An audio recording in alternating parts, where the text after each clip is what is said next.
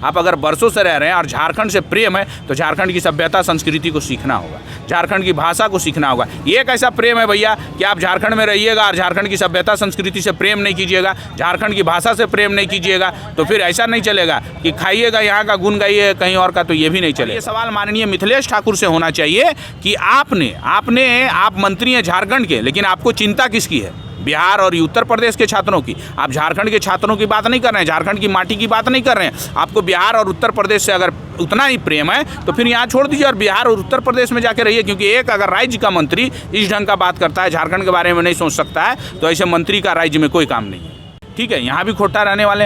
हम लोग सरकार से ये मांग कर रहे हैं कि 660 गजट संख्या को हटाइए और 9 जो क्षेत्रीय और जनजातीय भाषा हैं, 5 जनजातीय भाषा और 4 क्षेत्रीय भाषा है, खोट्टा है, कुड़माली है, नागपुरी है, पंचपरगनिया है, उसको पूरे राज्य में, झारखंड को जिलावार बांटने का काम ना कीजिए। क्यों? क्योंकि पूर्व की सरकार ने जब 11 जिला और 13 जिला किया था तो यही झारखंड मुक्ति मोर्चा की सरकार थी जिसने विरोध किया था। आज आप सरकार में है तो उसको हटा क्यों नहीं रहे? जो विधायक उठा रही हैं कि होना चाहिए, उनको पहले मगही और भोजपुरी से प्रेम था, जब वहाँ उनको लगा कि अब उनके क्षेत्र में विरोध होने लगा तो आज वो बोल रहे हैं कि वहाँ पर कुड़माली लागू होना चाहिए। तो ये सब चीज़ें नहीं चलेगी, क्योंकि यही लोग दोहरी नीति लाते हैं और फिर इसको हटाते हैं। अभी के समय में विकास जी, गजट 660 बहुत ही ज़्यादा प्रकाश में है, ये क्या है जरा स्पष्ट समझाइए हमें। देखिए, पूरा भाषा का जो अभी थोपा गया हम लोगों पे, वो शुरू होता है 5 अगस्त। 5 अगस्त का कैबिनेट निर्णय होता है जिसमें नियुक्तियों के बारे में आती हैं और उसमें क्षेत्रीय भाषा का दर्जा भी मिलता है। उसके बाद 6 अगस्त को माननीय मिथिलेश ठाकुर पेयजल स्वच्छता विभाग के मंत्री हैं, वो माननीय मुख्यमंत्री को पत्र लिखते हैं और वो पत्र में लिखते हैं कि मगही भोजपुरी को, अंगिका को यहाँ क्षेत्रीय भाषा का दर्जा मिलना चाहिए। और उस पत्र में वो ये भी लिखते हैं कि हजारीबाग, बोकारो, धनबाद, कोडरमा में भी मगही भोजपुरी बोली जाती है, जबकि वो पलामू से आते हैं। पलामू के वो विधायक हो सकते हैं, पलामू परमंडल के बारे में वो लिख सकते हैं। धनबाद, गिरिडीह, बोकारो के बारे में वो चूँकि नहीं लिख सकते हैं, चूँकि यहाँ उनके दूसरे विधायक हैं जिनका क्षेत्र है, उनको बोलना चाहिए था।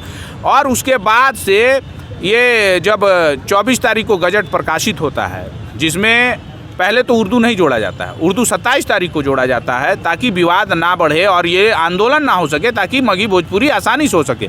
और उसी पत्र में मिथिलेश ठाकुर जी एक बात ये भी लिखते हैं कि बिहार और उत्तर प्रदेश के अभ्यर्थियों की संभावना कम है इसमें शामिल होने की, क्योंकि उन्होंने मैट्रिक और इंटर जो यहाँ से कर लिया वो झारखंड का है। तो कोई भी आदमी आके यहाँ 9th में एडमिशन करेगा, 9th और 10th करेगा, फिर 12th करेगा, और वो यहाँ से भी करेगा और वो बिहार यूपी से भी करेगा, 2-2 सर्टिफिकेट उनके पास होगा और वो झारखंडी हो जाएगा। और मगही भोजपुरी जो कि 21 साल बाद मगही भोजपुरी को क्या आवश्यकता पड़ गया झारखंड में, तो ये सारा चीज़ उसी ये से शुरू होता है। 660 में गजट संख्या उसमें बहुत ही है, क्योंकि गोड्डा के लोग अभी कुड़माली की मांग कर रहे हैं, आज भी सदन में उठा। और आज जो विधायक उठा रही हैं कि होना चाहिए, उनको पहले मगही और भोजपुरी से प्रेम था, जब वहाँ उनको लगा कि अब उनके क्षेत्र में विरोध होने लगा तो आज वो बोल रहे हैं कि वहाँ पे कुड़माली लागू होना चाहिए। तो ये सब चीज़ें नहीं चलेगी, क्योंकि यही लोग दोहरी नीति लाते हैं और फिर इसको हटाते हैं। 660 में आज के डेट में जो रांची जो जिला है, इसमें खोट्टा नहीं है। ठीक है, यहाँ भी खोट्टा रहने वाले।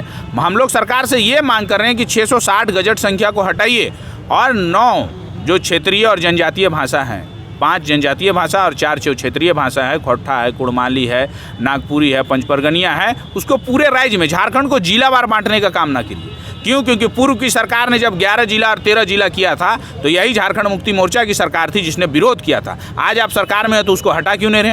राज्य एक है, राज्य में 9 भाषाएं। जब ये संविधान जिन्होंने लिखा, जो उसमें थे वो रामदयाल मुंडा जी, उन्होंने भी 9 भाषा किया था। जब पिछली बार जब स्थानीय नीति की बात हुई थी तो हाई कोर्ट में भी इसने कहा, हाई कोर्ट की भी टिप्पणी थी कि आप 9 भाषाओं को लेकर यहाँ स्थानीय नीति तय कर सकते हो, तो जिला बार क्यों बांट रहे हैं? क्या अगर हजारीबाग के लड़के धनबाद आके पढ़ेंगे या रांची आके पढ़ेंगे, वो नागपुरी जानेंगे, वो सब कुछ ये करेंगे, तो हजारीबाग से वो फॉर्म नहीं भर सकते हैं? क्यों? क्योंकि हजारीबाग में नागपुरी को नहीं दिया गया है। धनबाद के लड़के जो राज्य की राजधानी है, अच्छी शिक्षा के लिए यहाँ आएंगे, नागपुरी को सीखेंगे, पढ़ेंगे और वो धनबाद से जब फॉर्म भरेंगे, क्योंकि जिलावार नियुक्ति है, वो धनबाद से जब फॉर्म भरेंगे तो वो नागपुरी में नहीं भर पाएंगे। तो ऐसा बांटना क्यों है? इसलिए हम कह रहे हैं कि 660 संख्या जो गजट है उसको निष्कासित किया जाए। और ये सवाल माननीय मिथिलेश ठाकुर से होना चाहिए कि आप मंत्री हैं झारखंड के, लेकिन आपको चिंता किसकी है? बिहार और उत्तर प्रदेश के छात्रों की। आप झारखंड के छात्रों की बात नहीं कर रहे हैं, झारखंड की माटी की बात नहीं कर रहे हैं। आपको बिहार और उत्तर प्रदेश से अगर उतना ही प्रेम है तो फिर यहाँ छोड़ दीजिए और बिहार और उत्तर प्रदेश में जाके रहिए। क्योंकि एक अगर राज्य का मंत्री इस ढंग का बात करता है, झारखंड के बारे में नहीं सोच सकता है, तो ऐसे मंत्री का राज्य में कोई काम नहीं है। अब तक का मैं आंदोलन देख रहा हूँ, कोई भी आंदोलनकारी उग्र नहीं हुआ, कोई भी आक्रामक संदेश नहीं आया कि कुछ बड़ा हादसा हो गया। बड़ा शांति तरीके से आप लोग ये चीज़ निपटा रहे हैं। देखिए, जब राज्य में अपनी सरकार होती है ना, जब बड़े भाई, हम तो बोल रहे हैं कि बड़े भाई, हम लोग हमेशा हेमंत दा को बोले हैं कि बड़े भाई हैं, तो बड़े भाई से हम लोग शांतिपूर्ण तरीके से, क्योंकि ये हमारी घर की बात है।